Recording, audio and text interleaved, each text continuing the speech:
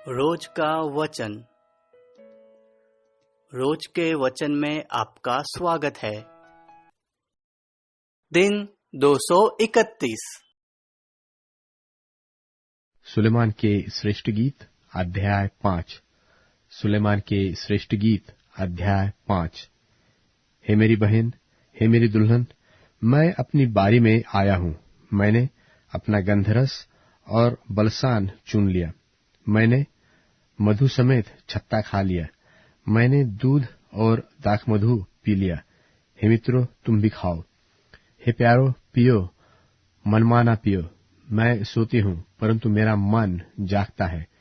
मेरे प्रेमी का शब्द है जो खटखटाता है और कहता है, हे मेरी बहन, हे मेरी प्रिया, हे मेरी कबूतरी, हे मेरी निर्मल, मेरे लिए द्वार खोल, क्योंकि मेरा सिर होश से भरा है और मेरी लटें रात में गिरी हुई बूंदों से भीगी है। मैं अपना वस्त्र उतार चुका, मैं क्यों उसे फिर पहनूं? मैं तो अपने पांव धो चुकी, अब उसको क्यों मैला करूं? मेरे प्रेमी ने अपना हाथ कबाड़ के छेद से भीतर डाल दिया। तब मेरा हृदय उसके लिए व्याकुल होने लगा।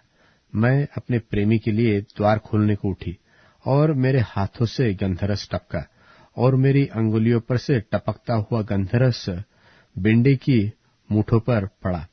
मैंने अपने प्रेमी के लिए द्वार तो खोला था, परंतु मेरा प्रेमी मुड़कर चला गया था। जब वह बोल रहा था, तब मेरा प्राण व्याकुल हो गया। मैंने उसको ढूंढा, परंतु न पाया। मैंने उसको पुकारा, परंतु उसने कुछ उत्तर न दिया। पहरे वाले जो नगर में घूमते हैं मुझे मिले। उन्होंने मुझे मारा और घायल किया। शहर पनाह के पहरुओं ने मेरी चद्दर मुझसे छीन ली। हे यरूशलेम की पुत्रियों, मैं तुमको शपथ धराकर कहती हूँ कि यदि मेरा प्रेमी तुमको मिल जाए तो उससे कह देना कि मैं प्रेम से विवश हूँ। हे स्त्रियों में परम सुंदरी, तेरा प्रेमी और प्रेमियों से किस बात में उत्तम है कि तू हमको ऐसी शपथ धराती है? मेरा प्रेमी गोरा और लाल सा है, वह 10,000 में उत्तम है। उसका सिर चोखा कुंदन है, उसकी लटकती हुई लटें कौवों की नाई काली है। उसकी आंखें उन कबूतरों के समान हैं जो दूध में नहाकर नदी के किनारे अपने झुंड में एक कतार में बैठे हुए हो। उसके गाल फूलों की फुलवारी और बालसन की उभरी हुई कियारिया है। उसके होठ सोसन फूल है, जिससे पिघला हुआ गंधरस टपकता है। उसके हाथ फिरोजा जड़े हुए सोने के किवाड़ है। उसका पेट नीलम के फूलों से जड़े हुए हाथीदांत का काम है। उसका मुख कुंदन पायों पर बैठाए हुए संगमरमर के खंबे है। वह देखने में लबानोन और सुंदरता में देवदार के वृक्षों के समान मनोहर है। उसका मुख अति मधुर है, हाँ, वह सर्वांग परम सुंदर है। हे यरूशलेम की पुत्रियों, यह है मेरा प्रेमी।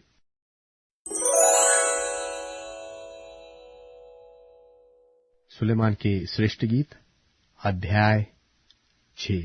सुलेमान के श्रेष्ठ गीत अध्याय 6। हे प्रियो में परम सुंदरी, तेरा प्रेमी कहाँ गया? तेरा प्रेमी कहाँ चला गया कि हम तेरे संग उसको ढूंढने निकले?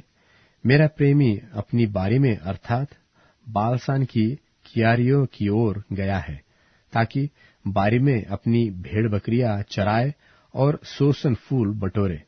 मैं अपने प्रेमी की हूँ और मेरा प्रेमी मेरा है। वह अपनी भेड़ बकरियां सोसन फूलों के बीच चराता है। हे मेरी प्रिया, तू तिरसा की नाई सुंदरी है, यरूशलेम के समान देखने में मनोरंजक है और पताका फहराती हुई सेना के तुल्य भयंकर है। अपनी आंखें मेरी ओर से फेर ले, क्योंकि मैं उनसे हार गया हूँ। तेरे बाल ऐसी बकरियों के झुंड के समान हैं जो गिलाद की ढलान पर लेटी हुई देख पड़ती हो। तेरे दांत ऐसी भेड़ों के झुंड के समान हैं जिनको स्नान कराया गया हो, जिनमें से प्रत्येक ने 2-2 बच्चे दिए हो और उनमें से किसी का साथी नहीं जाता रहा। तेरी कनपटियां तेरी लटों के नीचे अनार की फाक की सी देख पड़ती है। 60 वानियां और 80 सखी सहेलियां और असंख्य कुमारियां भी है, परंतु मेरी कबूतरी मेरी निर्मल अद्वैत है। वह अपनी माता की एकलौती है, वह अपनी जननी की दुलारी है। पुत्रियों ने उसे देखा और धन्य कहा। रानियों और सहेलियों ने देखकर उसकी प्रशंसा की। यह कौन है जिसकी शोभा भोर के तुल्य है, जो सुंदरता में चंद्रमा और निर्मलता में सूर्य और पताका फहराती हुई सेना के तुल्य भयंकर दिखाई पड़ती है। मैं अखरोट की बारे में उतर गई कि नाले के अंकुर देखो, और देखो कि दाखलता में कली लगी और अनारों के फूल खिल गए हैं कि नहीं। मुझे पता भी न था कि मेरे मन ने मुझे अपनी कुलीन जाति भाइयों के रथों पर चढ़ा दिया और लौटा लौटा, हे शुल्मित, लौटा लौटा कि हम तुझ पर दृष्टि करें। क्या तुम शुल्मित को इस प्रकार देखोगे जैसा महनैम के नृत्य को देखते हैं?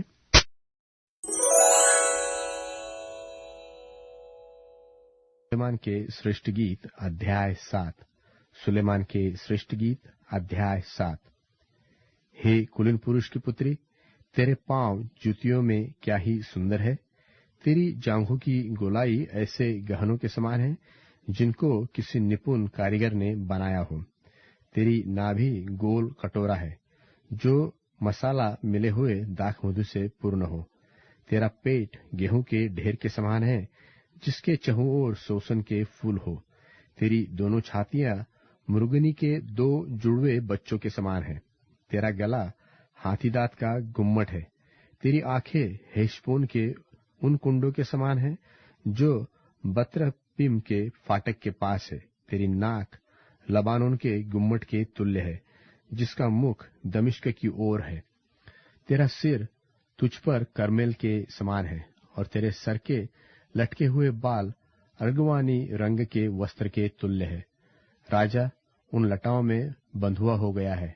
हे प्रिया, तू आनंद प्रमोद के लिए कैसी सुंदरी और कैसी मनोहर है।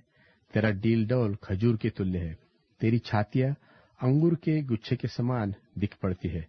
मैंने कहा, मैं इस खजूर पर चढ़कर उनकी डालियों को पकड़ूंगा।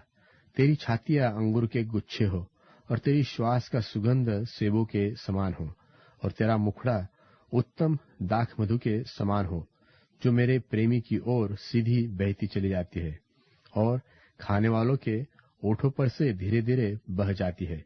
मैं अपने प्रेमी की हूँ और उसकी लालसा मेरी ओर नित बनी रहती है।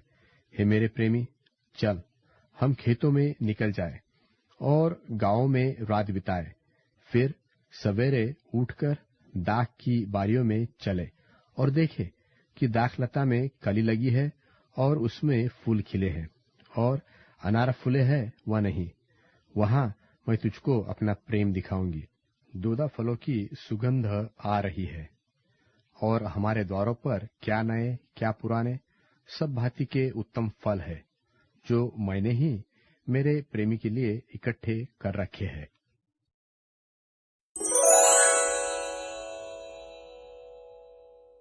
इसी तरह तुम सभी मिलकर मसीह की देह हो और अलग अलग अंग हो।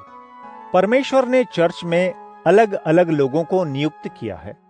पहले प्रेरित, दूसरे नबी, तीसरे शिक्षक, फिर सामर्थ के काम करने वाले, फिर स्वस्थ करने वाले, भलाई करने वाले, प्रबंध करने वाले, तरह तरह की भाषा बोलने वाले। क्या सब प्रेरित हैं? क्या सब नबी हैं? क्या सब सामर्थ के काम करने वाले हैं? क्या सबको स्वस्थ करने का वरदान मिला है? क्या सब तरह तरह की भाषा बोलते हैं? क्या सब अनुवाद करते हैं? तुम बड़े से बड़े वरदान की धुन में लगे रहो, लेकिन मैं तुम्हें सबसे बढ़िया रास्ता बतलाता हूं।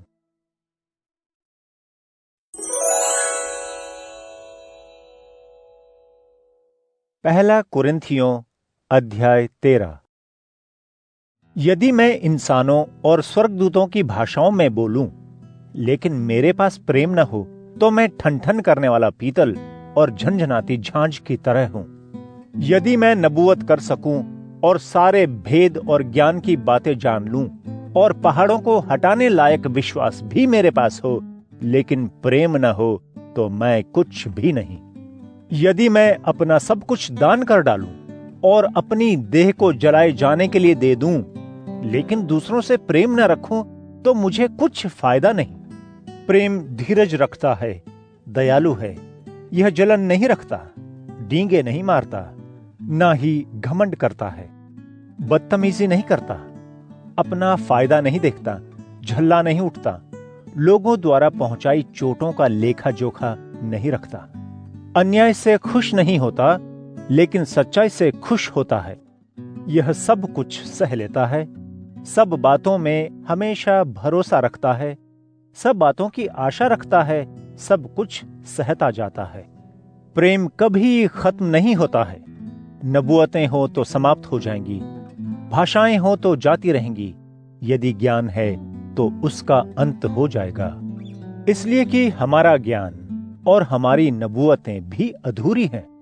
लेकिन जब पूर्णता आ जाएगी, तब अधूरेपन का अंत हो जाएगा।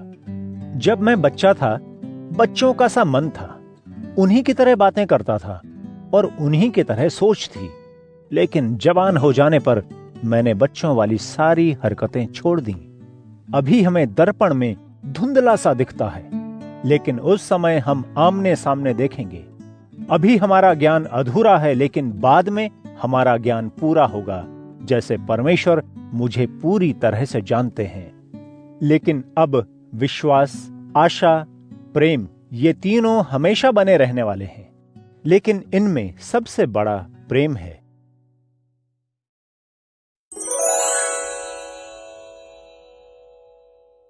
अध्याय 100 धन्यवाद का गीत।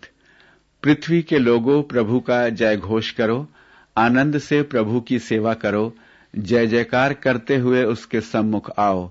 जान लो कि प्रभु ही परमेश्वर है। प्रभु ने ही हमें बनाया है और हम उसी के हैं। हम उसके निज लोग, उसके चारागाह की भेड़ें हैं।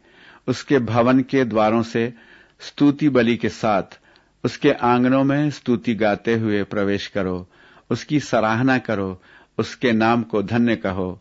प्रभु भला है, उसकी करुणा सदा सर्वदा, उसकी सच्चाई पीढ़ी से पीढ़ी बनी रहती है।